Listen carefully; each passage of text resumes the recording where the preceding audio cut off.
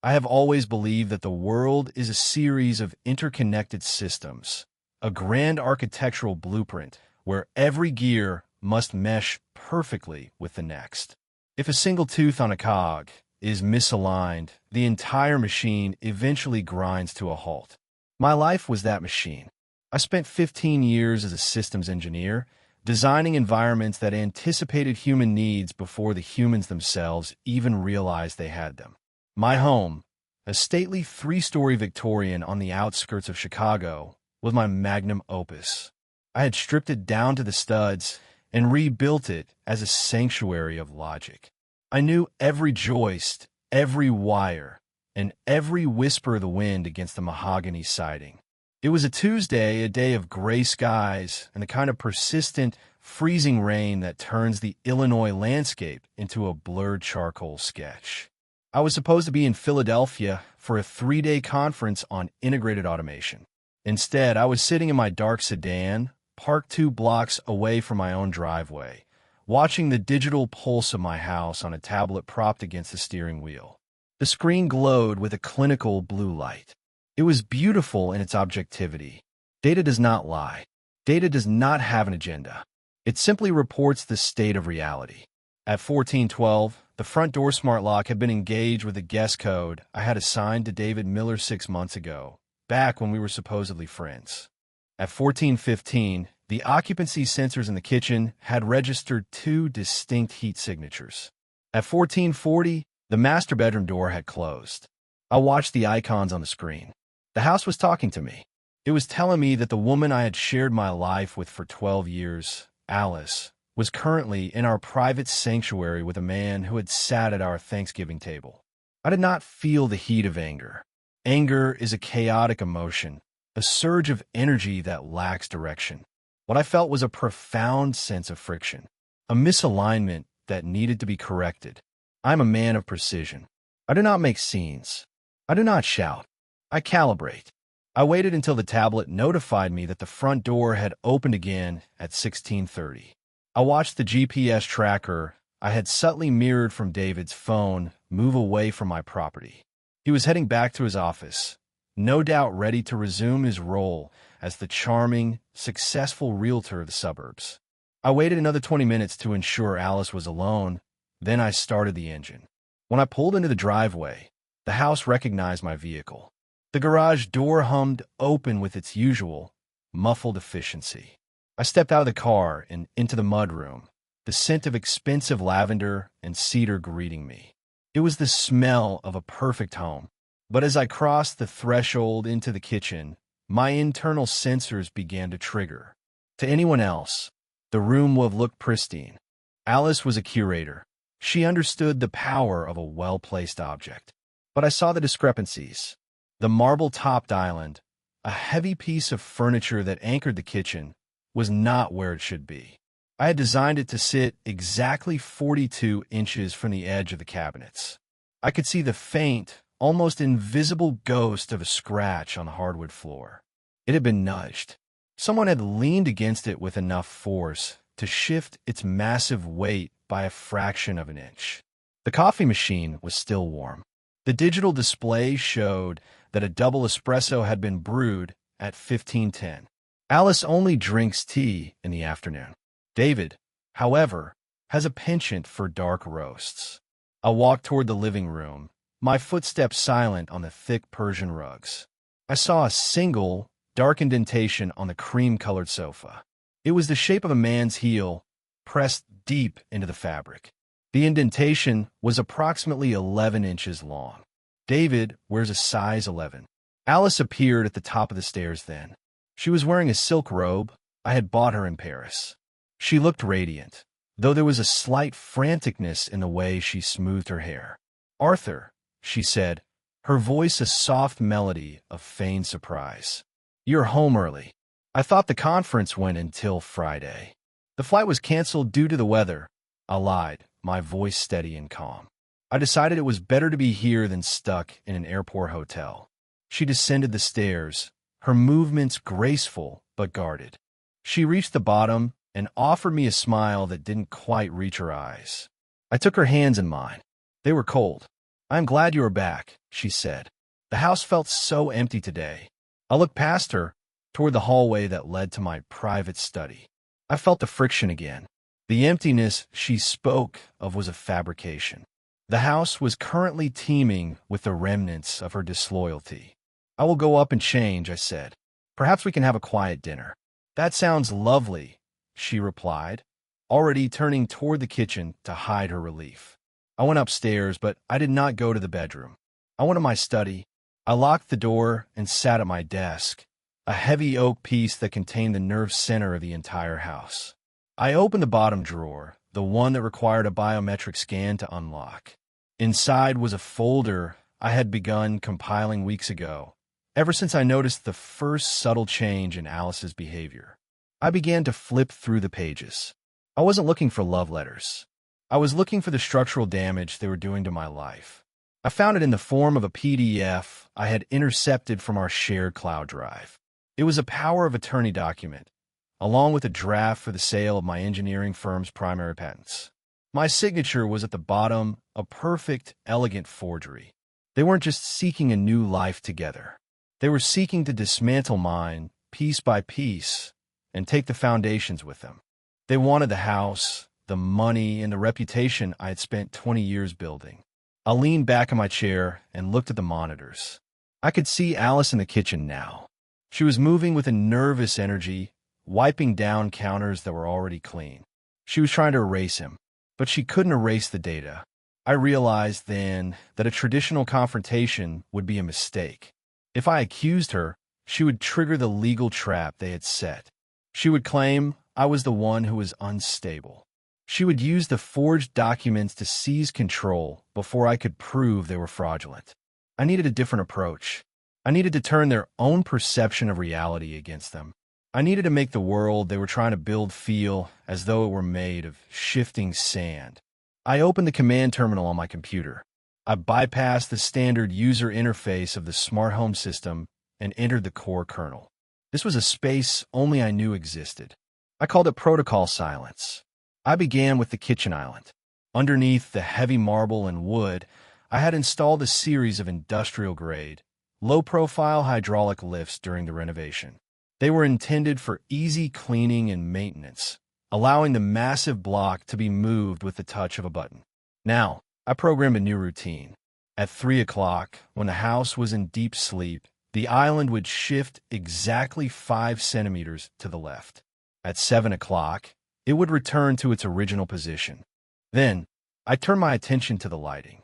Our home used a sophisticated dolly system that allowed for granular control of every bulb's intensity and color temperature. I set a script that would cause the lights in the hallway to dim by exactly 3% every time Alice walked through them, then return to full brightness the moment she turned around. It was a change so subtle the human I wouldn't consciously register it, but the brain would feel a flicker of unease. I spent the next hour mapping out the geography of their deceit. I knew where they stood, where they sat, and what they touched. I would make every one of those points of contact unreliable. When I finally went downstairs for dinner, the house was bathed in a warm, amber glow. Alice had set the table. She had made a roast chicken, my favorite. She was playing the part of the devoted wife with such precision, it was almost admirable. "Is everything okay, Arthur?" she asked as I carved the meat. "You seem quiet." "Just thinking about a project," I said. "A complex system that isn't performing as expected. I think there is some internal interference." She nodded, sipping her wine. "You always did have a way of fixing things." I looked at her, really looked at her, and saw the stranger hiding behind the familiar face. "Yes," I said. "I do." The next morning, the game began. I woke up early and went to the gym. I made sure to leave before Alice was out of bed. I watched from the car as she entered the kitchen. On the camera feed, I saw her walk toward the island to put the kettle on. She moved with the confidence of someone who knew her environment. She didn't hit the island. Not yet. But she paused. She looked at the floor, then at the island, then back at the floor. She frowned. She reached out and touched the edge of the marble, her fingers tracing the cold stone. She was experiencing the first ripple of the 5 centimeter shift.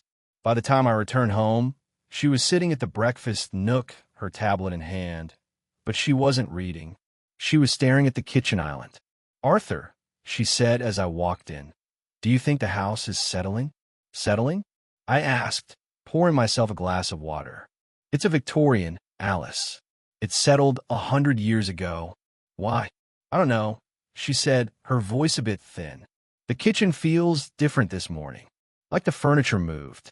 I walked over to the island and ran my hand along the surface.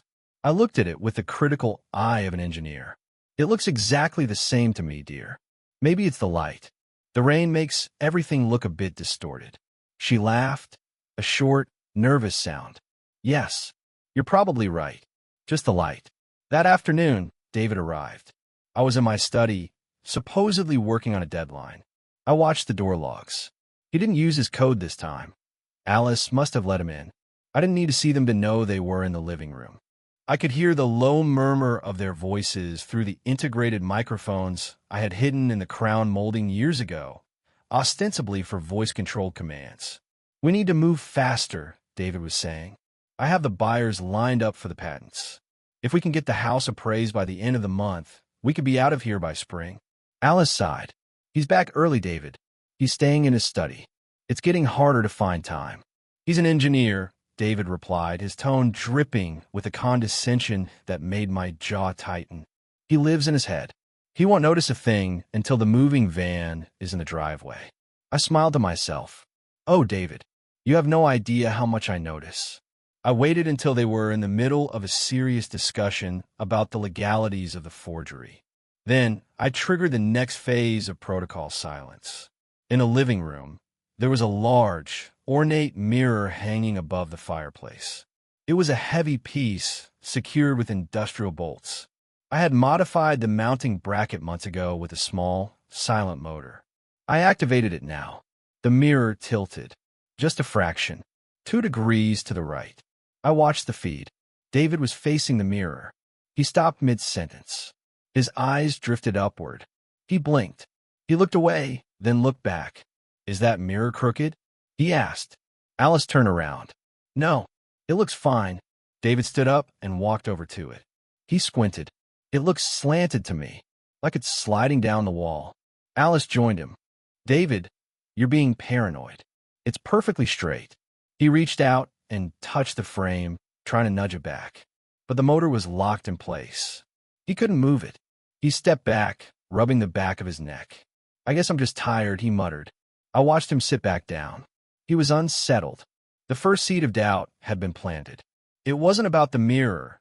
It was about the fact that his eyes told him one thing, and the woman he trusted told him another. That evening, after David had left and Alice was in the bath, I went down to the living room. I reset the mirror to its perfectly level position. Then I went into the dining room and moved the heavy mahogany table 3 inches toward the window.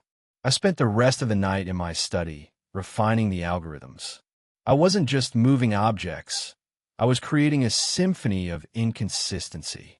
I programmed the smart thermostats to fluctuate by 2 degrees every hour, not enough to feel a draft, but enough to make the body feel restless. I set the hidden speakers to emit a frequency of 19 hertz, an infrasound just below the threshold of human hearing that is known to induce feelings of anxiety and the sensation of being watched. As the days turned into a week, the atmosphere in the house shifted. It became heavy, thick with a tension that Alice couldn't quite name. She began to spend more time out of the house, retreating to her gallery. But even there, she wasn't safe. I had remote access to her work computer. I began to subtly alter the colors in the digital catalogs she was preparing. A shade of cerulean would become a shade of teal overnight. A font size would increase by 0.5 point. She started coming home with a haunted look in her eyes. "Arthur," she said one night as we sat in the living room, "do you hear that?" "Hear what, Alice?" I asked, turning a page in my book. "That humming. It's like a low thrumming in the walls. It makes my skin crawl." I tilted my head, feigning concentration. "I don't hear anything. Maybe it's the furnace?" It's been a cold winter. I'll check the filters tomorrow. It doesn't sound like a furnace, she whispered. It sounds like the house is breathing. I looked at her, my expression one of mild concern. You've been working very hard on that new exhibition, Alice. Maybe you should see a doctor? You know your family has a history of sensitivity to stress. She flinched at the mention of her mother, who had spent her final years in a haze of confusion. Don't, she said. I'm fine. I just need some sleep. But sleep was the one thing I was determined to deny her. I waited until she was in a deep REM cycle. Then, I activated the bedroom's suite's hidden features. I didn't do anything dramatic. I simply adjusted the smart mattress's firmness by 5% on her side. I changed the humidity in the room to a level that was just slightly too high for comfort. And then, I played the sound. It was a recording I had made of the house itself. The creak of the floorboards, the whistle of the wind in the chimney. But I had slowed it down and layered it until it sounded like a rhythmic, heavy heartbeat. It was played at a volume so low it was felt rather than heard. Alice began to toss and turn. In her sleep, she reached out for the space where she thought the edge of the bed was. But because I had shifted the bed's position on its hidden tracks by 2 inches, her hand met empty air. She woke with a start, gasping. "Arthur!" she cried out. I was wide awake, watching her from the shadows on my side of the bed. "What is it?" I asked, my voice thick with feigned sleep. "The bed, it's in the wrong place." I almost fell out. I turned on the bedside lamp. The warm light flooded the room. I looked at the bed, then at her. "The bed is exactly where it's always been, Alice. Look at the marks on the rug." She looked. I had, of course, moved the rug along with the bed. The marks where the legs rested were perfectly aligned. But I felt she started then stopped. She looked at her hands, which were shaking. "I'm sorry. I must have had a nightmare." I reached out and stroked her hair. "It's okay," I said. "Go back to sleep. I'm right here." I was right there. I was everywhere. I was the air she breathed, the floor she walked on, and the light that guided her. I was the system, and the system was no longer in her favor. The next afternoon, David came over again. He looked worse than Alice. His suit was wrinkled, and there were dark circles under his eyes. I watched them from the monitor in the workshop I had set up in the basement. "I can't do this anymore, Alice," David said.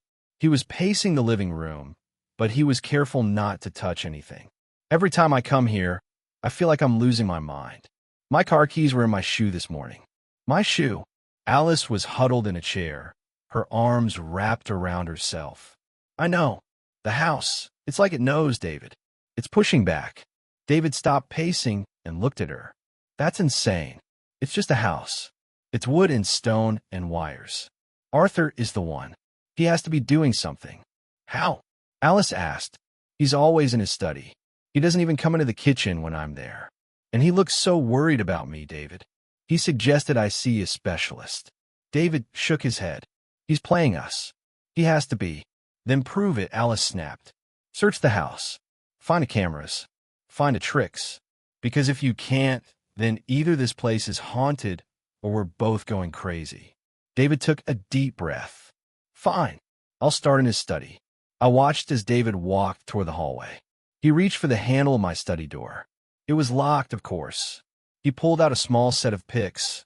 He was a man of many hidden talents, it seemed. I didn't stop him. I let him work the lock. It took him 3 minutes. When the door finally clicked open, he stepped inside, his eyes darting around the room. He saw the desk. He saw the monitors.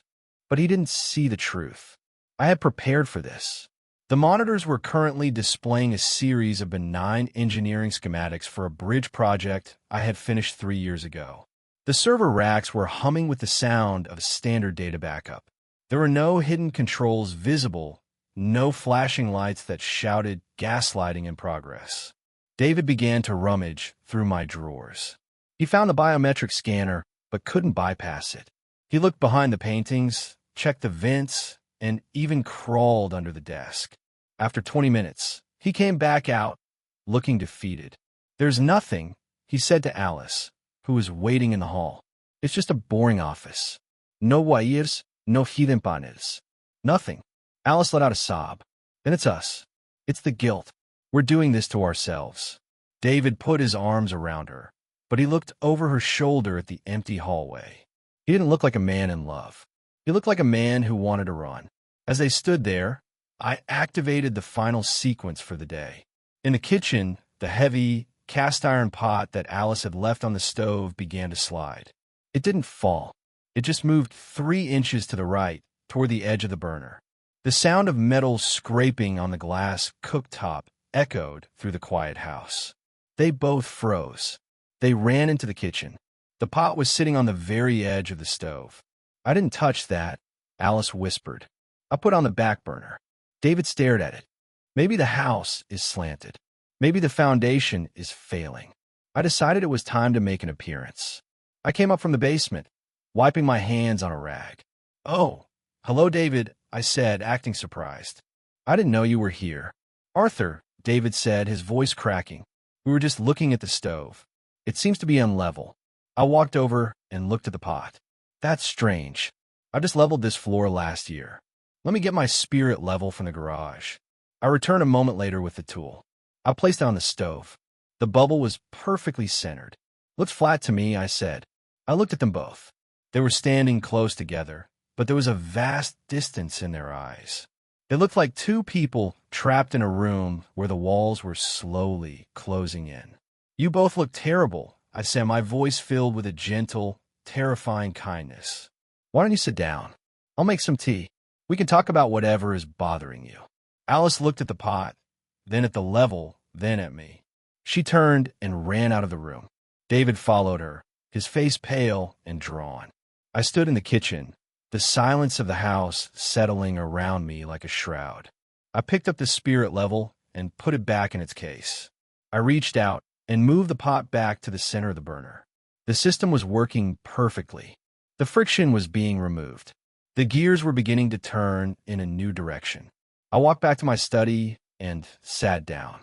I opened the folder with the forged documents. I looked at the signatures. They were a masterpiece of deception, but they were based on a reality that no longer existed. Alice and David thought they were stealing my future. They didn't realize that I had already taken their present. I had turned their world into a place where they couldn't trust their own senses, where every step was a gamble and every object was a threat. I reached for the keyboard and began to type. Protocol silence. Phase 2. The house hummed in response. It was the sound of a machine that was finally, after so much chaos, being recalibrated. And I was the only one who knew how to operate the controls. The second week began with a shift in the air pressure, or perhaps it was just the way the house held its breath. I watched the sun rise from my study, the gold and gray light spilling over the manicured lawns of our neighborhood. To the world outside, the Graham residence was a picture of suburban stability. To me, it was a laboratory. I had spent the night perfecting the electromagnetic arrays.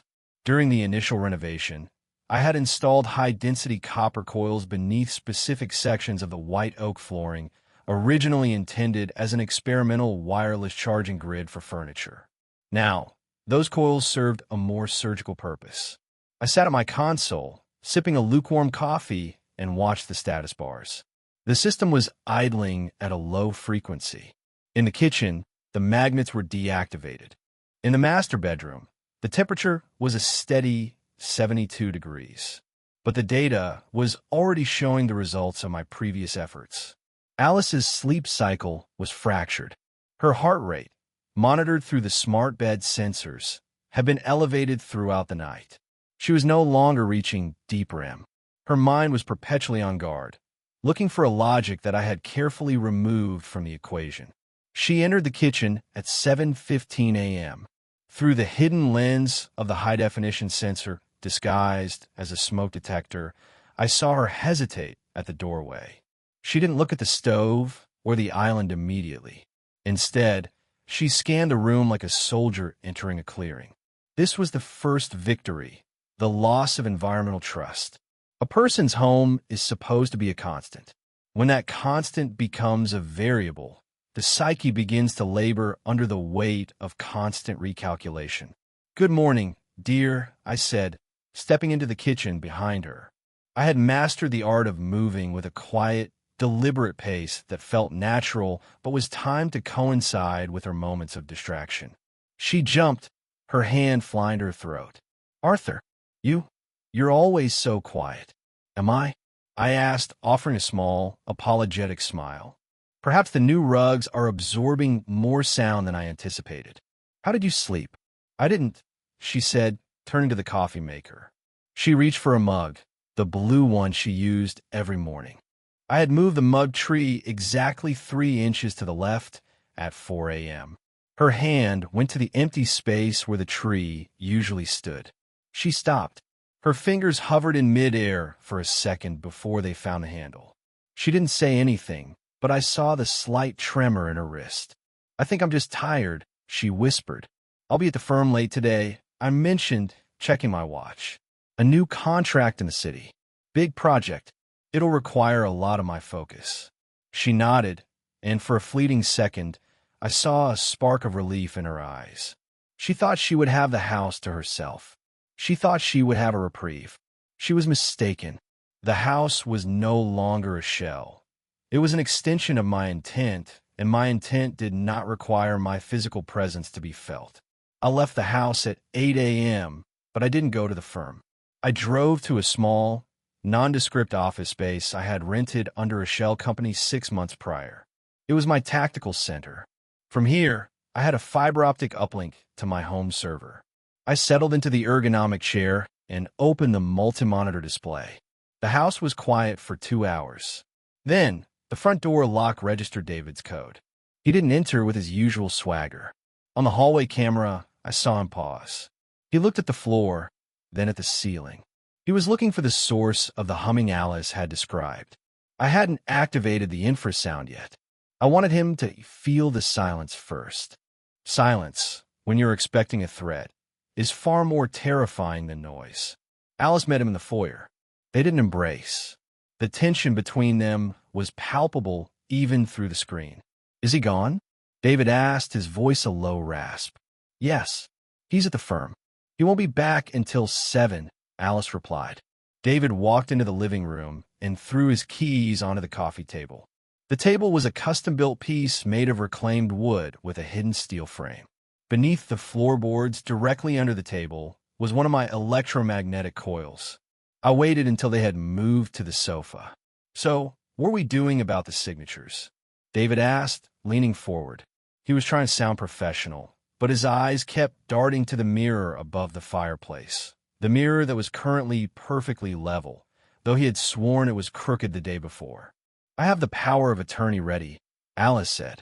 I just need to find the right moment to get him to sign the addendum without reading the fine print. But he's so observant lately. It's like he's looking through me. He's just an engineer, David snapped. He sees numbers, not people. We just need to stay calm. I moved the cursor on my screen. I clicked the toggle for the living room array. I dialed the power to 30%. On the coffee table, David's keys, a heavy ring with a metal fob, began to vibrate. It was a subtle, high-frequency chatter against the wood. David didn't notice at first. He was too busy explaining the tax implications of their planned theft. Then, the keys began to move. Slowly, as if pulled by an invisible string, they drifted across the surface of the table. They didn't slide smoothly.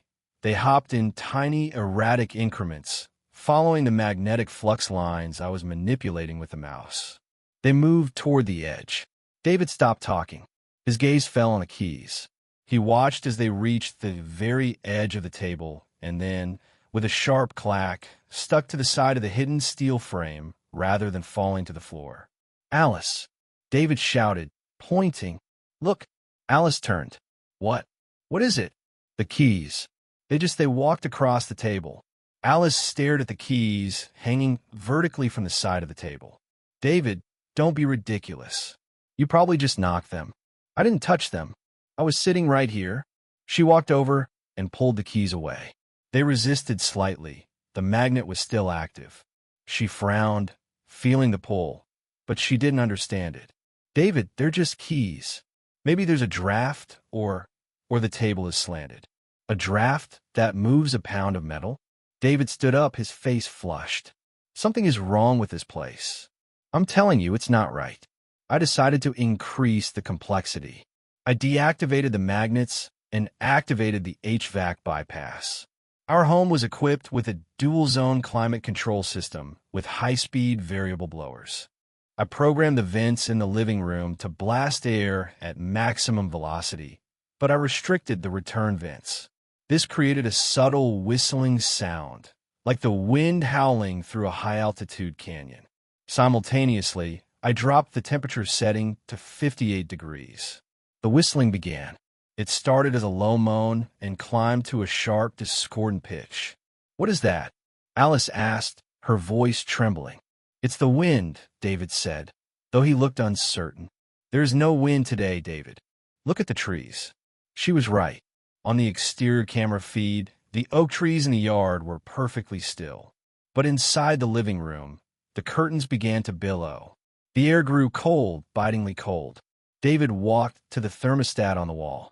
"It says it's 72, he said, tapping the glass. "But I can see my breath." I watched them on the screen. They were standing in the middle of the room, huddled together, not out of affection, but out of fear. This was the fracture I needed. When the external world becomes incomprehensible, people turn on each other. "You did something," David said, looking at Alice with sudden suspicion. "You're trying to scare me off. Is that it? You want the money for yourself? Are you insane?" Alice cried. "I'm living in this. I'm the one who can't sleep. I'm the one who hears the walls talking." "The walls aren't talking," David hissed. "It's technology. Or I don't know. But it's not normal." I checked the time. It was 2 p.m. I decided to introduce the phantom element.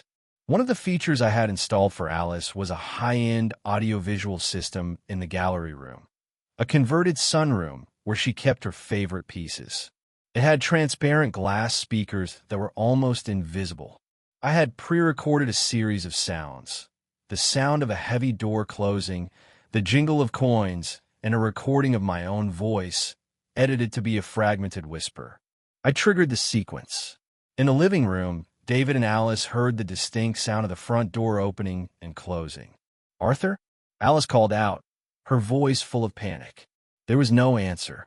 Then, from the floor above, came the sound of heavy footsteps, my footsteps, walking toward the master bedroom. "He's home," David whispered. "He's home, and he didn't say anything." "I'll go look," Alice said, but she didn't move. She was terrified. David, sensing an opportunity to prove his courage, started toward the stairs. "I'll check. Stay here." I watched him climb the stairs. He was sweating despite the cold. He reached the master bedroom and pushed the door open. The room was empty. The bed was made. The windows were locked. He walked into the room, looking under the bed and in the closet. As he stood in the center of the room, I activated the localized audio. "David," I whispered through the ceiling speakers. David froze. He spun around. "Who's there?" I didn't answer. I waited 10 seconds, then played the sound of a faint, mocking laugh. A sound I had synthesized from a recording of a dinner party we had hosted months ago. "Alice!" David yelled, running back to the stairs. "Someone is in here." Alice met him at the landing. "Who? Who is it?" "I heard him. I heard Arthur. He said my name. But he's at the office, David. I called him 5 minutes ago, and he didn't pick up, but his auto reply said he was in a meeting." "He's here, Alice. He's playing with us." They spent the next hour searching the house. They found nothing. I had designed the hidden compartments and the wiring to be part of the structural integrity of the house. Unless they tore down the drywall, they would never find the servos, the magnets, or the speakers. By 4 p.m., they were exhausted. They sat in the kitchen, the warmth of the room slowly returning as I reset the HVAC. "Maybe we should postpone the appraisal," David said, his head in his hands. "I can't think straight."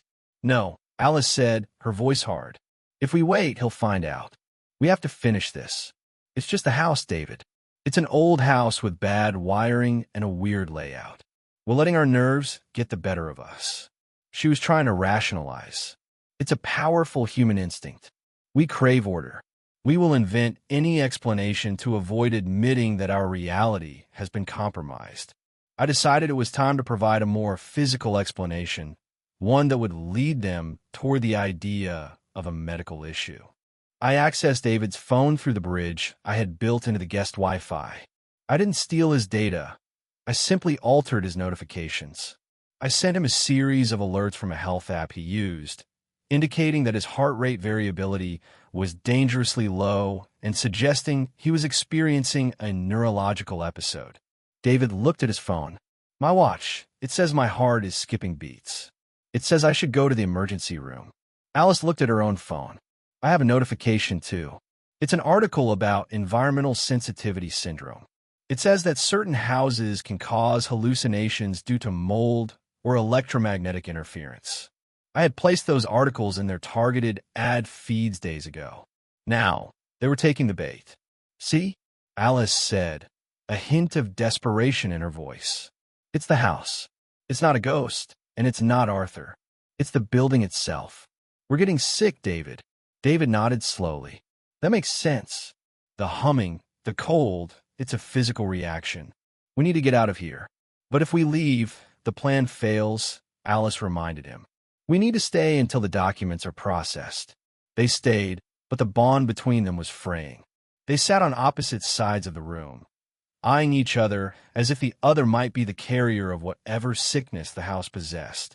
I returned home at 7 p.m. I walked in, carrying a bag of groceries. I looked cheerful, well-rested. Hello, I called out. Alice came into the hallway. She looked like she had aged 5 years in a single afternoon. Her hair was disheveled, and her eyes were bloodshot. Arthur, she said, her voice trembling. You're home. I am. The meeting went well. I brought some steak for dinner. Is David still here? I saw his car in the driveway. He was just leaving, Alice said. David appeared behind her. He looked shaken. Arthur, David, you look pale. Are you feeling all right? I asked, stepping forward and placing a hand on his shoulder. I made sure to touch the skin of his neck. My hands were ice cold from the air conditioning in the car. He flinched. You're freezing, he said. It's the winter, I laughed. I think the heater in my car is acting up. Speaking of which, how is the house? It feels a bit chilly in here. Alice looked at David, then at me. We were just saying the same thing. We think there might be a problem with the insulation. I walked to the thermostat and looked at it. It says 72. Seems fine to me. But I'll call the technician tomorrow if you're worried. David didn't wait for dinner. He practically ran to the door. I'll call you, Alice, he said, not looking back. I watched him drive away. Then I turned to Alice. Are you okay, dear? You seem distant. I'm just tired, Arthur. So very tired. Why don't you go lie down? I'll handle dinner. I'll bring you a tray. She nodded and trudged up the stairs. I watched her go. Then I went into the kitchen. I didn't start the steaks. Instead, I opened my laptop and began to review the recordings of their conversations. I had them. I had the confession of the forgery. I had the names of the buyers. I had everything I needed to destroy them legally. But that wasn't enough. A legal battle is messy. It's public. It leaves scars on a reputation. No, I wanted them to walk away voluntarily. I wanted them to look at the life they had tried to steal and see it as a nightmare they wanted to escape. I began to program the routine for the night. The geometry of suspicions was nearly complete. They now believed the house was making them ill. They believed their own bodies were failing them. The next step was to introduce the element of the unseen guest. I set the master bedroom smart speakers to a frequency that would induce night terrors, a specific rhythmic pulse that interferes with the transition between sleep stages.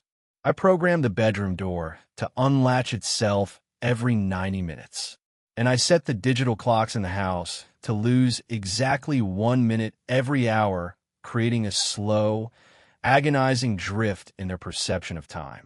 I brought the tray up to Alice an hour later. She was huddled under the covers, the lights on full brightness. Here you go, I said, setting the tray on her lap. Soup and toast. Easy on the stomach. Thank you, Arthur. You're being so kind. I sat on the edge of the bed and smiled. We're a team, Alice. Through thick and thin. Remember? She looked at me, and for a second, I saw a flicker of the woman I used to love. Then, she looked away, her gaze landing on the closet door, the door I had programmed to slowly, almost imperceptibly, creak open as soon as I left the room. "I'm sorry," she whispered. I didn't ask what she was sorry for. I knew. I stood up and kissed her forehead. "Get some rest. Tomorrow is a new day." I walked out and closed the door. I stood in the hallway for a moment, listening to the silence. It was a perfect engineered silence. Downstairs, I sat in the living room. I didn't turn on the television. I didn't read. I just sat there, the master of the machine, watching the house come alive in the dark. I was no longer just Arthur Graham, the engineer. I was the architect of a new reality. And in this reality, the truth wasn't something you said. It was something you felt in the marrow of your bones, in the cold air of a room that should be warm, and in the movement of keys that should be still. The fracture was deepening. Soon, the break would be complete. And when it happened, there would be no one to blame but the walls themselves. I looked at the coffee table. I reached out and touched the spot where David's keys had clung to the wood. I could still feel the phantom pull of the magnets. It was a satisfying sensation. I went to my study and opened a new file. Protocol Silence. Phase 3. The Acoustic Labyrinth. It was time to give the house a voice. And I knew exactly what it was going to say. The night was long, but for the first time in months, I felt completely at peace. I was in control. Every variable was accounted for. Every gear was in its place. Outside, the rain began to fall again, a rhythmic tapping against the windows. To Alice, upstairs, it probably sounded like fingers drumming on the glass. To me, it was just the sound of water hitting a surface at a known velocity. Everything is a system, and every system can be recalibrated. I closed my eyes and listened to the house. It was singing a song of cold, hard logic, and for the first time, I was the only one who knew the lyrics. Alice's bedroom door unlatched with a soft, metallic click. The game was moving into its next phase, and I was already 3 moves ahead. Sound is perhaps the most invasive of all human senses. You can close your eyes to a sight you do not wish to see. You can pull your hand away from a surface that feels wrong. But sound is a wave that physically vibrates the tiny bones in your middle ear. It bypasses the analytical mind and strikes directly at the limbic system. As I entered the 3rd week of the project, I realized that the visual shifts were merely the overture. To truly dismantle the foundation of their alliance, I needed to master the air they breathed. I needed to turn my home into a resonant chamber of doubt. I spent the weekend in the basement workshop, working with parametric ultrasonic transducers. These are remarkable devices. Unlike a standard speaker that pushes sound out in a wide cone, a parametric speaker emits a narrow beam of ultrasound. This beam is silent as it travels through the air. It only becomes audible when it strikes a solid surface or a human head. It is in essence an audio laser. If I aimed a beam at the back of David's neck, he would hear a whisper as if it were coming from inside his own skull, while Alice, standing just inches to his left, would hear nothing but the ticking of the grandfather clock. I began the installation at 3 in the morning, moving through the house like a ghost. I tucked the transducers behind the vintage crown molding and hidden within the ornate plaster medallions on the ceilings. I calibrated each one with a laser level. My house was no longer just a dwelling. It was a complex network of directed acoustic energy. The first test occurred on a rainy Tuesday afternoon. I was in my study, the door locked, my monitors displaying the thermal heat signatures of the house. Alice was in the kitchen, preparing a light lunch. David had arrived 20 minutes earlier. They were speaking in hushed tones, their voices lacking the playful cadence they once possessed. The friction from the previous week had left a visible residue. They looked tired, their movements sluggish and uncertain. I watched as Alice moved to the pantry. I activated the transducer in the kitchen ceiling, aimed precisely at the spot where she stood. I selected a pre-recorded soundbite of David's voice, one I had captured during a conversation they had in the garden months ago. Alice, the voice whispered right in her ear. She jumped, nearly dropping a jar of olives. She spun around, looking at the empty doorway of the pantry. David was in the breakfast nook, 20 feet away, looking at his phone. "What?" Alice asked, her voice trembling. David looked up, confused. "What?" "I didn't say anything. You just called my name," she said, walking toward him. "You were right behind me." David shook his head, a flicker of annoyance crossing his face. "Alice, I haven't moved from this chair. I'm checking the appraisal listings." She stood over him, her face pale. "I heard you, David. It was right in my ear. You sounded cold." "I haven't said a word in 3 minutes," he replied, his tone defensive. "Maybe it's the house again. Maybe it's that humming you keep talking about." "It wasn't a hum," Alice whispered. "It was your voice." I waited until they had returned to their meal. I waited for the moment of silence that usually precedes a difficult conversation. Then I targeted David. I used a recording of Alice's voice, a soft, weeping sound I had synthesized from a recording of her watching a tragic film. He stopped mid-bite. He looked at Alice, his eyes narrowing. "Why are you doing that?" "Doing what?" she asked, her fork hovering in the air. That sobbing sound. If you're unhappy, just say it. Don't do this passive-aggressive theater." "I'm not sobbing," Alice said, her voice rising in pitch. "I'm sitting here eating a salad." David stood up, his chair scraping harshly against the floor. "I heard it, Alice. You were crying. Or pretending to. I'm not an idiot." They stood in the kitchen, two people who had once claimed to love each other, now looking at one another with a profound sense of betrayal.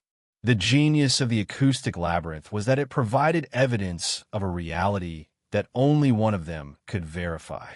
It created a subjective isolation that was impossible to bridge with logic. I leaned back in my chair, watching the data streams. Their heart rates were both climbing. I decided to introduce the next layer, the edited reality. Alice had become increasingly obsessed with finding the source of the anomalies. She had begun to suspect that I had hidden cameras in the house, despite David's failed search of my study. She spent her afternoons peering into vents and checking behind paintings. I decided to help her find what she was looking for. I had placed a very old, very obvious digital camera in the back of the linen closet, hidden behind a stack of towels. It wasn't connected to my network. It was a decoy. I had preloaded the memory card with a very specific set of files. At 4 p.m., I watched as she reached the back of the closet.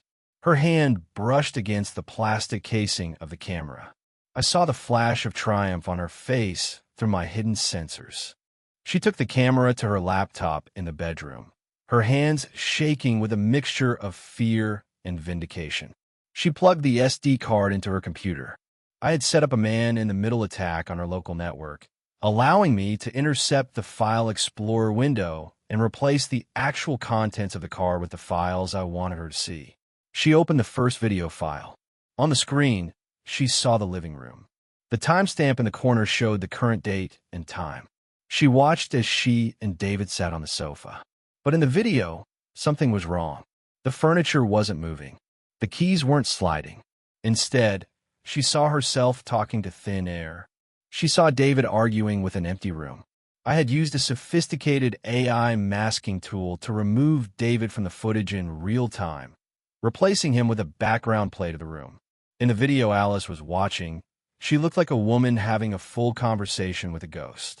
She began to breathe in short, ragged gasps. She opened the next file. This one showed her in the kitchen. In the video, she was standing perfectly still for 10 minutes, staring at the wall, while the audio recorded her voice saying, "Who is there? Help me." But the most devastating blow was the final file. I had replaced the current footage with a clip from 3 years ago, a time when we were happy, before the friction had begun. The video showed her and me sitting by the fireplace, laughing. The timestamp, however, had been digitally altered to show today's date. She stared at the screen, at the image of herself 3 years younger, appearing as if it were happening right now. The discrepancy between what she remembered and what the digital I recorded was too much for her fragile state to handle. She slammed the laptop shut and backed away from the desk.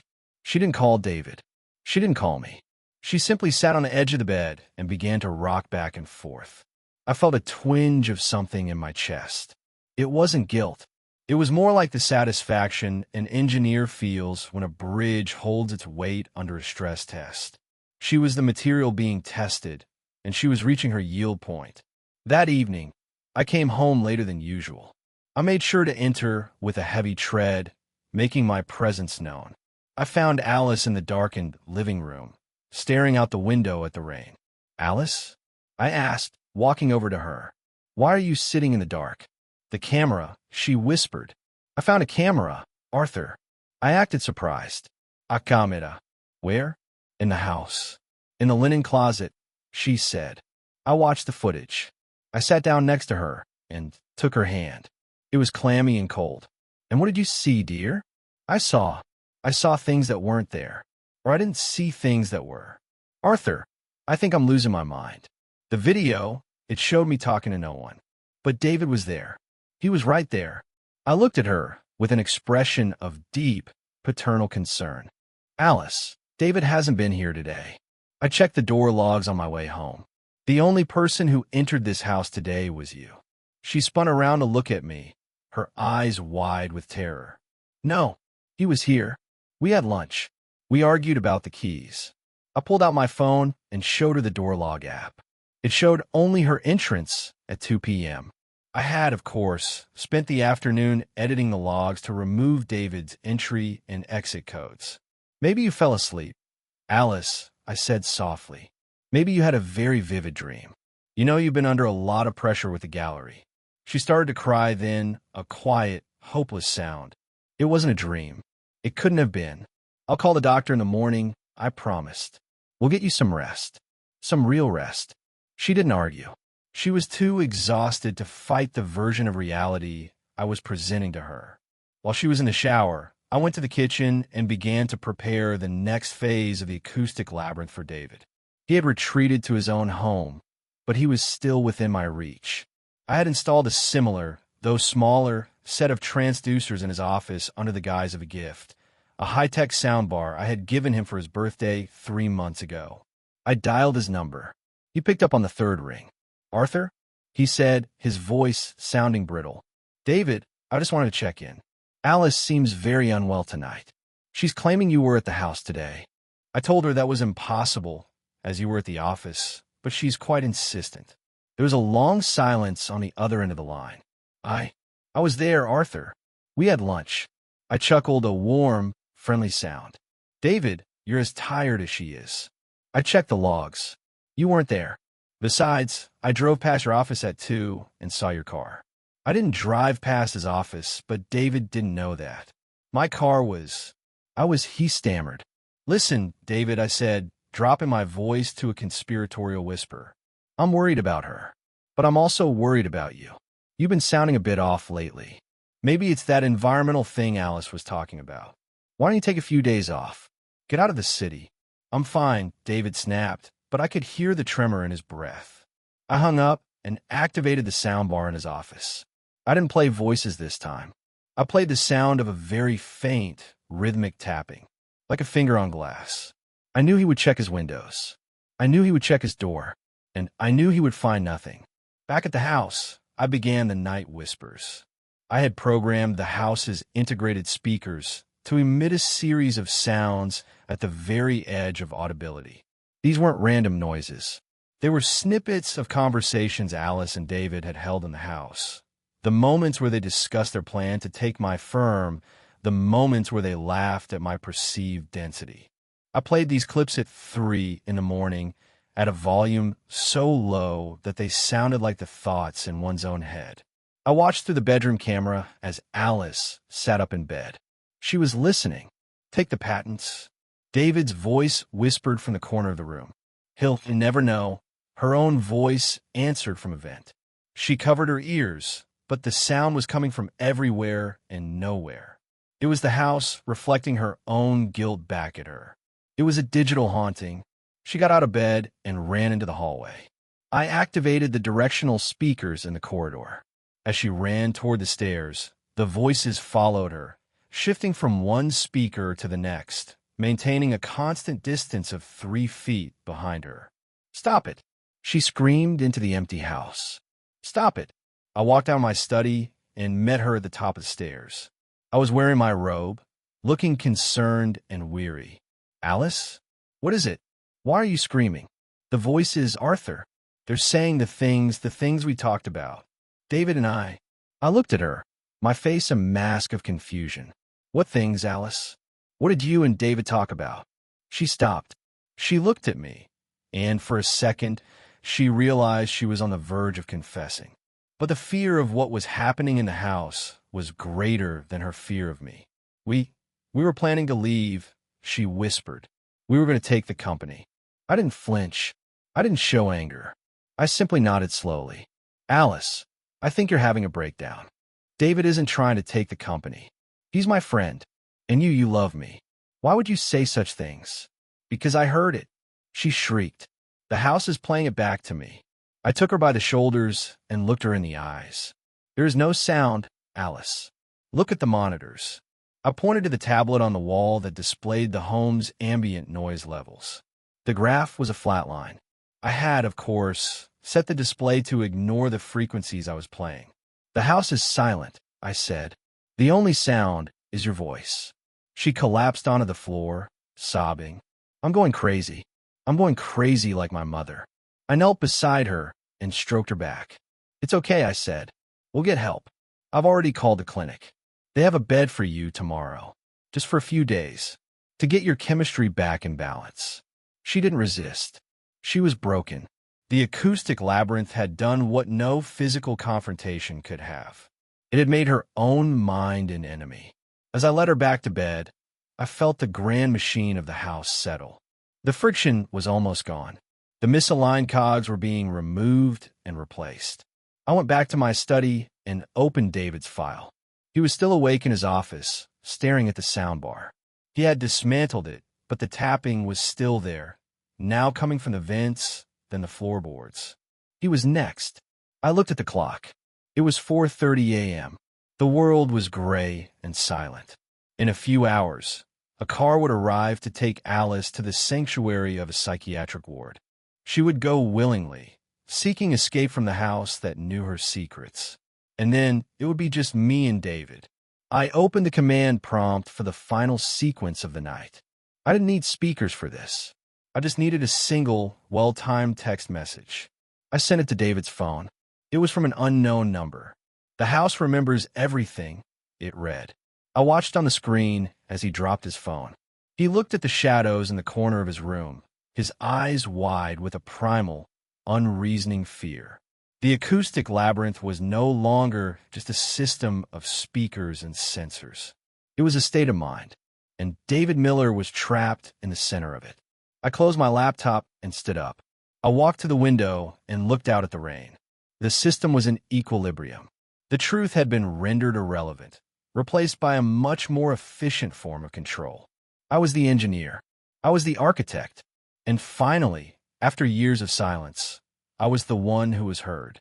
The sky over the suburbs had turned a bruised, sickly shade of violet by 4 in the afternoon.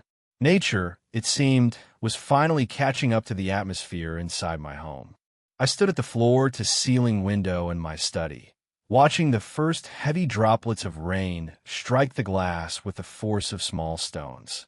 The forecast predicted a supercell, a rare, violent weather event for this time of year, bringing with it winds that could peel the shingles from a roof and a deluge that would turn the streets into rivers. To most, this was a reason to seek shelter and wait for the sun. To me, it was the final, necessary ingredient for the climax of my calibration. Alice was upstairs, her bags half-packed for the clinic. She was a hollowed-out version of the woman I once knew. She moved with a spectral lightness, her eyes perpetually scanning the corners of the room, as if expecting the shadows to speak her name again. She had reached a state of total environmental surrender. She no longer trusted the floor to stay level or the doors to remain closed. She had accepted the idea that she was broken, and in doing so, she had become the perfect subject for the final test. David arrived at 5:30. He didn't use his code this time. He'd pounded on the front door, his silhouette a dark, frantic shape against the frosted glass. When I opened the door, a gust of wind surged into the foyer, carrying the scent of wet earth and ozone. David pushed past me, his expensive coat soaked through. He looked feral, his hair matted to his forehead and his eyes darting with a manic energy. "We need to talk," he said, his voice barely audible over the roar of the wind. I closed the door and engaged the deadbolts. "Of course, David. Come in. Alice is upstairs. She's quite fragile today." "I don't care about fragile," he hissed, grabbing my arm. He didn't realize that my sensors were recording the exact pressure of his grip, adding it to the log of his erratic behavior. "Something is happening at my office, Arthur. The lights, the computers, they're talking to me. I got a message from an unknown number. It knew about the patents. It knew about the house." I looked at him with an expression of mild, confused concern. "David, you're talking in riddles. You've been working too hard. Alice mentioned you were feeling unwell too. Maybe this weather is affecting you both. High-pressure systems can do strange things to the inner ear. It's not the weather," he shouted. Just then, a massive crack of thunder shook the house, followed by a sudden, jarring flicker of the lights. I had programmed the smart grid to simulate a power surge, timed perfectly with the lightning. The house plunged into darkness for exactly 3 seconds before the emergency backup generators hummed to life, casting the hallway in a dim, clinical red glow. "The backup system is only designed for essentials," I explained calmly. "We should head down to the basement workshop. It's reinforced and has its own isolated circuit. It's the safest place in the house during a storm like this." David hesitated, but another blast of thunder, amplified by the hidden subwoofers in the baseboards, made his decision for him. He followed me toward the kitchen, where we met Alice. She was standing at the top of the basement stairs, clutching a railing as if it were a life raft. "Arthur," she whispered, her eyes wide in the red light. "Is it happening? Is the house finally taking everything?" "No, dear," I said, taking her hand. "It's just a storm. We're going to the workshop. It's the most stable part of the structure." I led them down into the belly of the house. My workshop was a masterpiece of industrial design. Poured concrete walls, heavy steel doors, and rows of glowing server racks that hummed with a low, reassuring frequency. I ushered them inside and closed the heavy door. As it shut, I engaged the electromagnetic seal. It was a silent, unbreakable lock. "We're safe here," I said, gesturing to the workstations. David began to pace the small room. "We can't stay here, Alice. We need to get the files and leave. The storm is our cover. If we go now, we can be at the lawyer's office before morning." Alice looked at him as if he were speaking a foreign language. "Leave? David, I can't even walk across the kitchen without feeling like I'm falling. The house knows. It won't let us go." David turned on her, his frustration boiling over. "The house doesn't know anything. It's wood and wire. Arthur, tell her. Tell her it's just a building." I was sitting at the main console, my back to them, my fingers dancing across the keys. I turned my chair around slowly. "You're right, David. It is just a building. But a building is a system, and every system has a logic.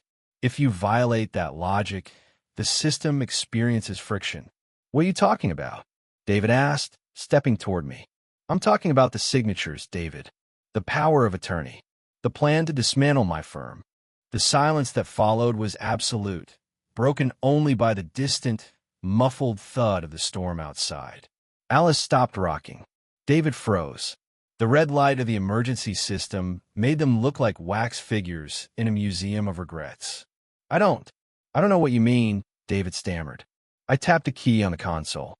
Behind them, the wall of the workshop, which they thought was just polished steel, transformed. I had installed a series of high-contrast rear projection screens behind one-way mirrors. The screens flickered to life, displaying a high-resolution scan of the forged documents David had been carrying in his briefcase. And then I played the audio. It was their own voices, clear and undeniable, from the first week of their collaboration. He's an engineer. David's voice echoed through the workshop speakers. He sees numbers, not people. We just need to stay calm if we can get the house appraised. Alice's voice followed. We could be out of here by spring. Alice let out a strangled cry and covered her ears. David backed away from the screen, his hands raised as if to ward off a blow. Arthur, listen. David started, his voice cracking. No, David, you listen, I said, my voice dropping to a cold, analytical tone. I have been watching the two of you for 21 days. I have recorded every whisper, every secret, every moment of your betrayal. I didn't choose to confront you with anger because anger is inefficient. I chose to confront you with reality. I triggered the next sequence. The lights in the workshop began to pulse in time with their heartbeats, which were being transmitted to my console through the floor sensors. The walls seemed to vibrate.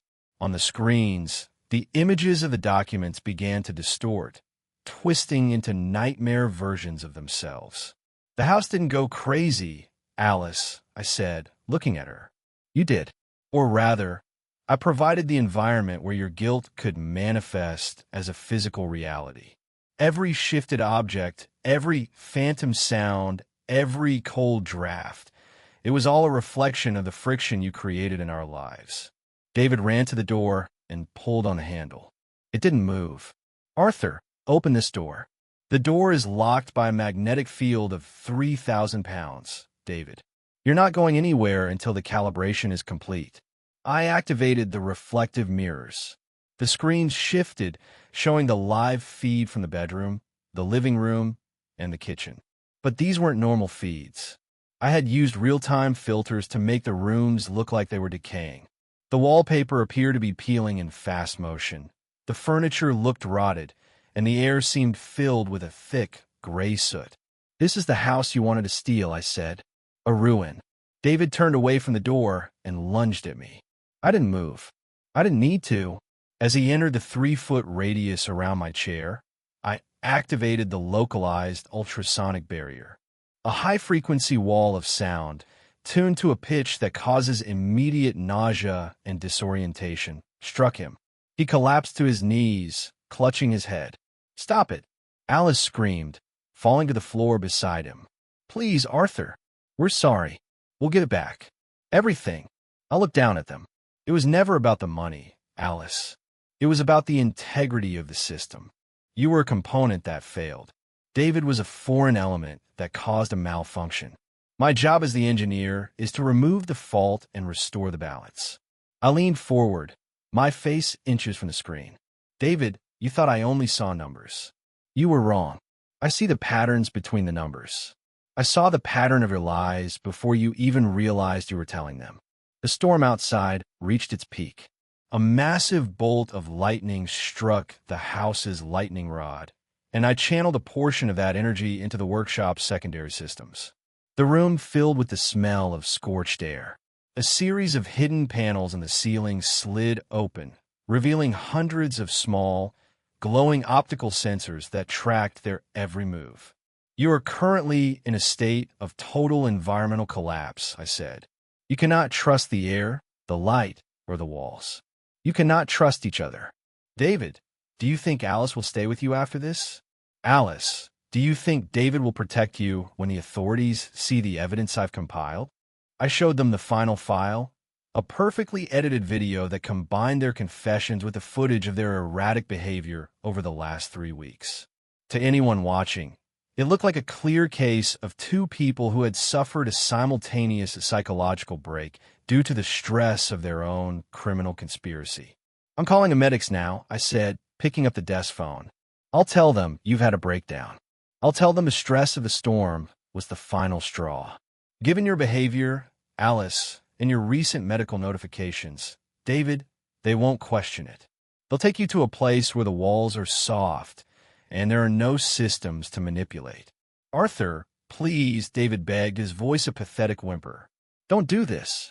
I dialed the three-digit emergency number. My voice transformed instantly. It became the voice of a panicked, grieving husband. "Yes, help me." I cried into the receiver.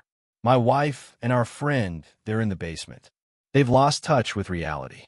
They're talking about things that aren't there. They're aggressive. Please, hurry." I hung up the phone and looked at them. The transition back to my cold, logical self was instantaneous. "The police and the paramedics will be here in 10 minutes. They'll have to use the emergency override to get in, as I've accidentally disabled the main locks in my panic. By the time they arrive, the workshop will be back to its normal state. No screens, no red lights, no recordings. Just a worried husband and two people who have finally, completely broken." I stood up and walked to the door. I tapped the command on my phone, and the magnetic seal deactivated with a soft click. "I'll be upstairs," I said. "I suggest you stay here and try to collect yourselves. But I think we all know that's impossible now. The friction has done its work." I walked out of the workshop and closed the door behind me. I didn't lock it. They didn't even try to follow. They were broken. They were the debris of a failed structure. I went upstairs to the living room. I turned off the emergency lights. The house returned to its normal, warm amber glow. I sat in my favorite chair and watched the rain against the window. The storm was already beginning to fade, the violet sky giving way to a deep, peaceful blue. 10 minutes later, the flashing lights of the emergency vehicles reflected in the puddles of the driveway. I met the officers at the door, my face a mask of exhaustion and sorrow. "In the basement," I said, pointing the way. "They're in the workshop. Please, be gentle with her.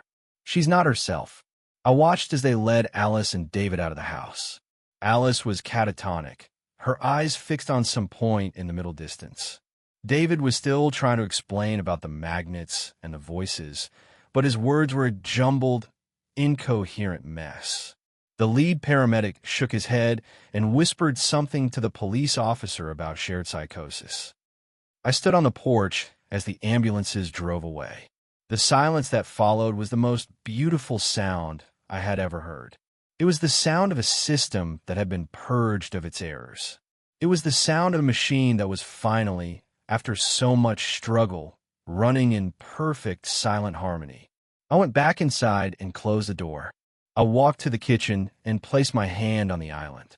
It was exactly 42 inches from the cabinets. I went to the living room and checked the mirror. It was perfectly level. I sat down on my desk and opened the final log. Protocol silence, completed. I reached for the mouse and deleted the hidden partition. I wiped the servers. I erased the voices. The only record of what had happened in this house was stored in the fractured memories of two people who would never be believed. I was Arthur Graham. I was engineer, and I had fixed my home. The house was quiet. The storm was gone. And finally, I was alone in the stillness I had created. The morning after the storm was the brightest I had seen in years. The air was scrubbed clean of the previous night's humidity, leaving behind a crisp, crystalline silence that felt almost holy. I stood in my kitchen, the sunlight reflecting off the marble island in a perfect, unmoving rectangle. There were no vibrations, no humming in the walls, no magnetic anomalies pulling at the cutlery. The house was once again a series of static objects, a masterpiece of architecture that did exactly what it was designed to do: provide a shell for a life of order and precision. I made myself a cup of tea, using the exact amount of leaves and water that the scale indicated. I sat at the breakfast nook and looked at the space where Alice used to sit. I did not feel sadness. I felt the relief of a long-needed repair finally being finished. The friction was gone. The internal interference that had threatened the structural integrity of my existence had been surgically removed. My first task of the day was digital hygiene. I sat in my study and opened the encrypted drive. With a few deliberate keystrokes, I executed a deep-level wipe of the house's memory. The logs of the last 3 weeks, the manipulated door codes, the audio recordings of whispering voices, and the distorted video files, all of it vanished into a sea of binary noise. I then restored the system to its factory settings. If anyone were to examine the servers now, they would find nothing but a standard, perfectly functioning smart home. By 10 in the morning, my lawyers arrived.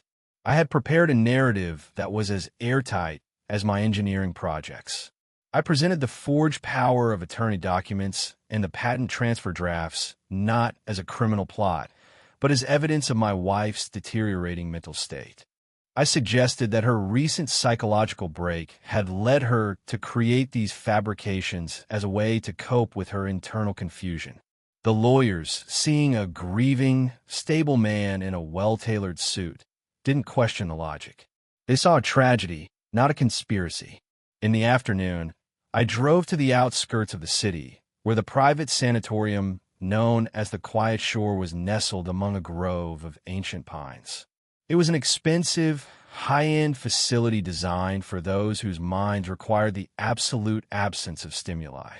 It was a place of white walls, soft fabrics, and gentle, unhurried people. It was the physical manifestation of the silence I had cultivated in my home. I was met in the lobby by Dr. Sterling, a woman whose calm demeanor was almost as calculated as my own.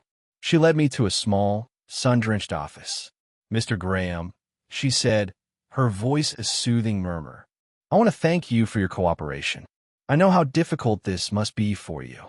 "It is a shock," I replied, my voice steady. I knew Alice was stressed, but I never imagined it would reach this level of intensity. And David, he was my friend.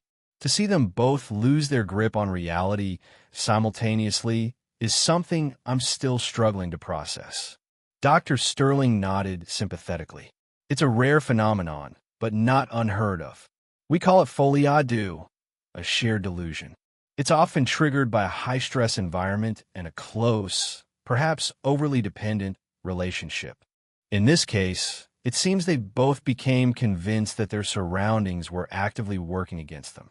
David keeps talking about magnets and voices in the walls. Alice is convinced the house itself is a conscious entity. Is there a chance for recovery?" I asked, maintaining the mask of the concerned husband. "With time, perhaps. But they're currently in a state of severe environmental trauma. They react to every sound, every flicker of light. We have them in our most insulated wing. It will be a long process of recalibration." "Recalibration," I echoed. "A good word." She offered to let me see them, though she warned me they might not be responsive. I followed her down the quiet hallways, the scent of antiseptic and lavender filling the air. We reached a room with a reinforced glass window. Alice was sitting in a chair, her back to me. She was staring at a white wall. She didn't move, even when the doctor gently called her name. She looked smaller than she had the night before, as if the house had taken more than just her mind. It had taken her substance. I stepped into the room. "Alice?" I said softly. She didn't turn around. She whispered something so quiet I had to lean in to hear it. "It's still here," she said. The silence. "It's too loud." I reached into my pocket and pulled out the small, silver key to the garden gate, the one I had moved in the first week. I placed it on the small table next to her. "I brought you this, Alice, to remind you that things are back where they belong." She looked at the key, and for a fleeting second, I saw a spark of recognition in her eyes. It wasn't love. It wasn't even hate. It was a pure, unadulterated terror. She looked at me, then back at the key, and then she began to scream, not a loud scream, but a thin, whistling sound like wine through a narrow vent. The nurses stepped in, and the doctor led me out of the room. "She's not ready," Dr. Sterling said. "I am sorry. I want to see David next." He was in a different wing.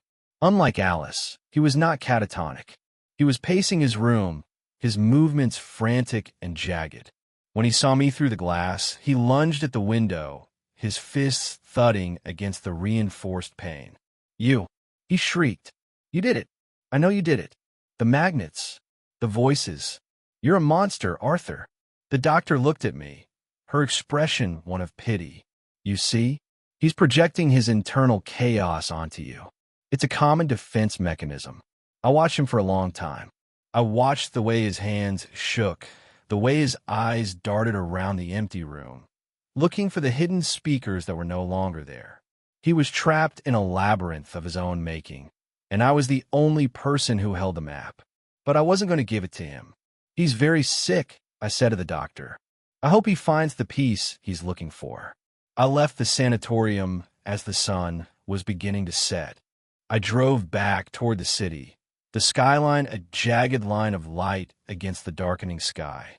I felt a sense of completion that was almost physical. The system was closed. The variables were accounted for. The friction was eliminated. When I returned to the house, I didn't go inside immediately. I stood in the driveway and looked at the structure I had built. It was a beautiful house. It was a perfect house, but it was also a house that had served its purpose. It was a laboratory that had yielded its results, and now it was time for the next project. I went into the study and opened my laptop. I didn't open the home automation system. I opened a real estate portal. Within 30 minutes, the house was listed for sale. I didn't need the money, but I needed the closure. I needed to know that the physical space where the calibration had occurred was no longer mine. I spent the next few days packing my things. I didn't take much. I took my tools, my technical books, and a few pieces of clothing. I left the furniture, the art, and the memories for the next owners. Let them find their own logic in these walls. On my final night in the house, I sat in the living room without any lights on. The moonlight spilled across the floor, illuminating the spots where the magnets had once hummed. I listened to the house. It was truly silent now. No whispers, no clicking, no heavy heartbeats. I thought about Alice and David. They would spend months, perhaps years, in that quiet place by the shore. They would tell their stories to doctors who would listen with professional empathy and write down notes about shared delusions and psychological fractures. No one would ever believe them. The more they talked about the magnets and the voices, the more they would prove their own instability. They were the architects of their own prison, and I had simply provided the blueprints. I stood up and walked to the front door. I looked at the smart lock. I deleted my own biometric data from the system. I was no longer a part of this machine. I stepped outside and closed the door behind me. I heard the lock engage, a solid, metallic click that echoed in the quiet street. I walked to my car and started the engine. As I pulled away from the curb, I looked in the rearview mirror one last time. The house stood tall and silent, a monument to the power of precision. I was Arthur Graham. I was an engineer, and I had finally achieved a perfect state of equilibrium. The road ahead was dark and empty, stretching out into a future that was mine to design. I had no plan yet, but I wasn't worried. I knew how to build a world from the ground up. I knew how to manage the friction, and I knew, better than anyone, that the most powerful thing in the world isn't a loud voice or a heavy hand. It's the silence that follows when the machine finally works. I drove into the night, the steady hum of the engine, the only sound in my world. I was free. I was clean. And for the first time in my life, I was truly, perfectly alone. The story was over. The calibration was complete. And as the lights of the city began to fade in the distance, I realized that I didn't need a house to be a master of systems. I carried the system within me. I smiled to myself, a small, cold gesture in the dark. Everything was in its place. Everything was exactly as it should be. The resolution of a complex system often brings a deceptive sense of finality. In engineering, we call it the steady state, a period where all variables have leveled out and the system operates in a predictable, rhythmic harmony. I believed I had reached this state. I had sold the house, moved into a minimalist high-rise apartment in the city, and watched from a distance as the lives of Alice and David dissolved into the sterile silence of the clinic. But a week into my new life, I noticed a glitch. It was not a glitch in my software or my hardware, but a glitch in the geography of my periphery. A black sedan had been parked outside my new building for 3 consecutive days. It was always there at 8 o'clock when I went for my morning walk, and it was there at 1900 hours when the city lights began to hum. In my world, there are no coincidences, only data points that haven't been properly categorized. I didn't feel fear. I felt the familiar spark of a new problem. A new component had entered the field, and it required integration. On the fourth day, as I sat in a quiet cafe overlooking the river, a man sat down at my table without asking. He was older, wearing a suit that was expensive but lacked the precise tailoring I favored. He placed a leather briefcase on the table and looked at me with eyes that were tired but sharp, the eyes of a man who had spent his life looking for the cracks in other people's stories. "Mr. Graham," he said, "my name is Marcus Vance. I'm a private consultant retained by the board of directors at David Miller's firm." I took a slow sip of my tea. The temperature was exactly 65 degrees. "Perfect. I'm afraid you've wasted your time, Mr. Vance. David is currently unwell. I believe his doctors are limiting his visitors." Vance didn't flinch. "I'm not here to visit David. I'm here because the firm's insurance investigators found something peculiar in the cloud backups of David's work phone. It seems he was working on a very large, very lucrative patent acquisition. A set of patents belonging to your firm, Mr. Graham." I leaned back, my expression one of mild academic interest. "Yes, I'm aware. My wife mentioned it during her episode. It seems they were both caught up in a series of unfortunate delusions." Vance opened his briefcase and pulled out a small, portable hard drive. This drive was found in a hidden compartment in David's car. It's not connected to any network. It's an offline logger. It recorded the local wireless signals in your old house for the last month. Every frequency, every electromagnetic spike, every packet of data that moved through the air. He pushed the drive toward me. "I've spent the last 48 hours looking at the logs, Mr. Graham. I'm not an engineer, but I'm a student of patterns. And the pattern I see in this house doesn't look like a breakdown. It looks like a symphony of directed energy, ultrasonic pulses, and localized magnetic fields. It looks like someone was playing with the reality of that house, like a child plays with a dollhouse." The twist was here. I had accounted for the house's internal logs, the cloud backups, and the personal devices. But I had not accounted for David's inherent distrust of Alice. He had been spying on the very house he was trying to steal. He had installed a passive logger, a silent observer that didn't need a code or a connection. It was a brilliant, primitive move, one that threatened to dismantle my steady state. I looked at the drive, then at Vance. "This is fascinating," I said. "Truly. But logs can be interpreted in many ways. A magnetic spike could be a faulty appliance. An ultrasonic frequency could be a pest control system." Vance smiled, but it was a cold, predatory gesture. "Maybe. But when you layer those spikes over the recordings of their voices, the voices you so kindly left for the paramedics to hear, it tells a different story. It looks like you didn't just find out about their plan, Mr. Graham. It looks like you turned their plan into a nightmare. My clients aren't interested in the domestic drama. They're interested in the patents. They believe you used these methods to coerce a confession and reclaim your property. That's a very serious allegation." I looked out the window. The black sedan was gone, but Vance was here. The threat had moved from the periphery to the center. "What is it you want, Mr. Vance?" Vance leaned in, his voice a low, gravelly whisper. "My clients want those patents. They believe they have a legal claim to them based on the initial agreements David signed.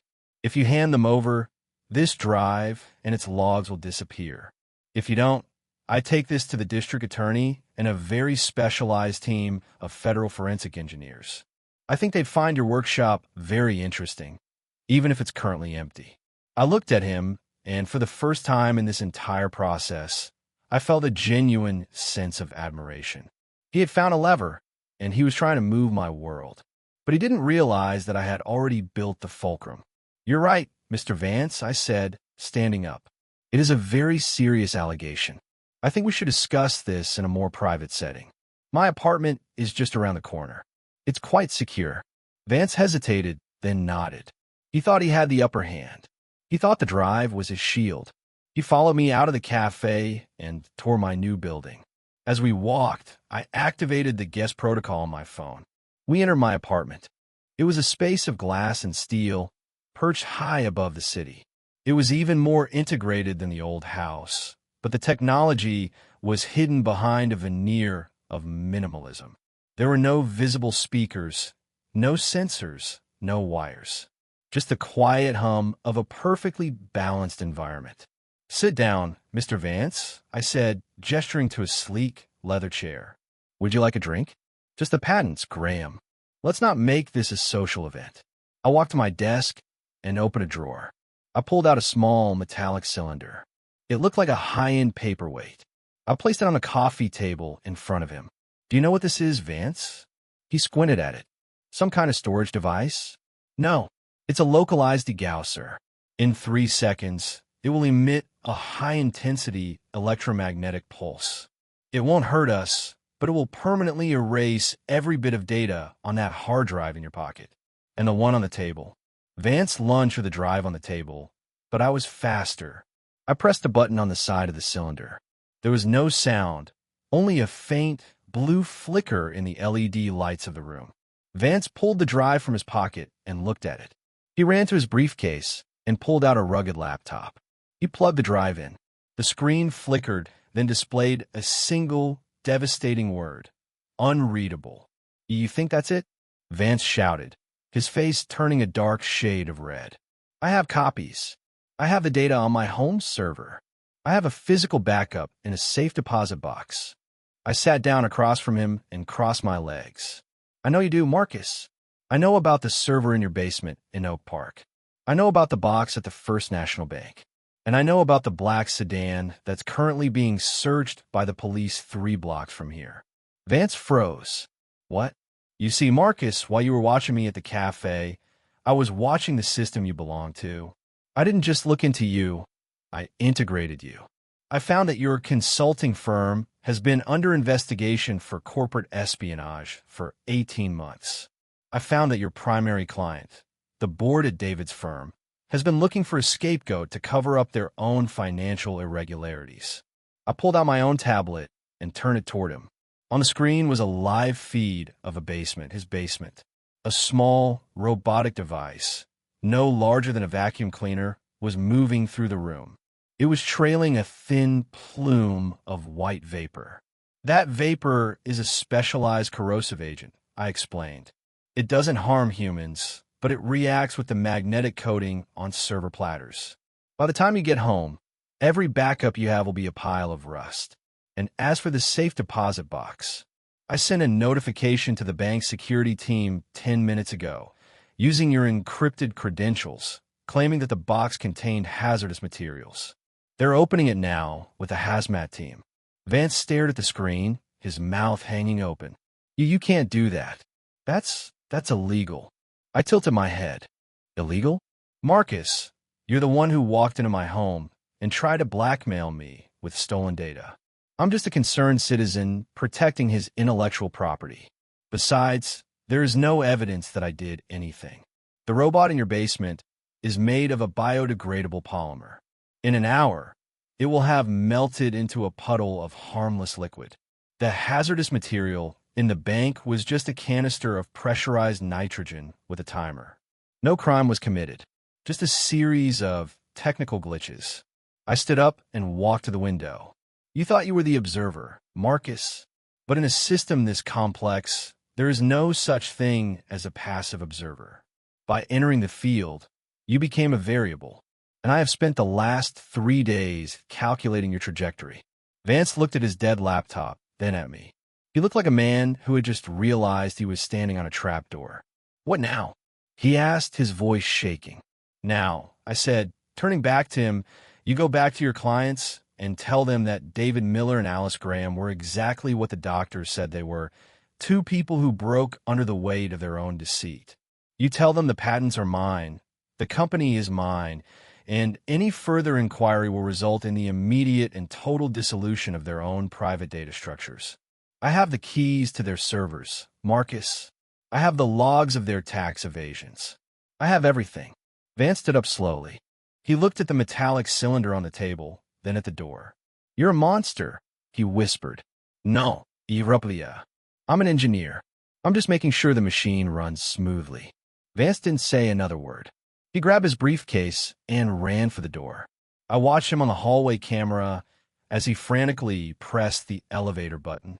He looked like a man who was already living in the nightmare he had tried to sell to me. I went to my console and checked the status of the cleanup.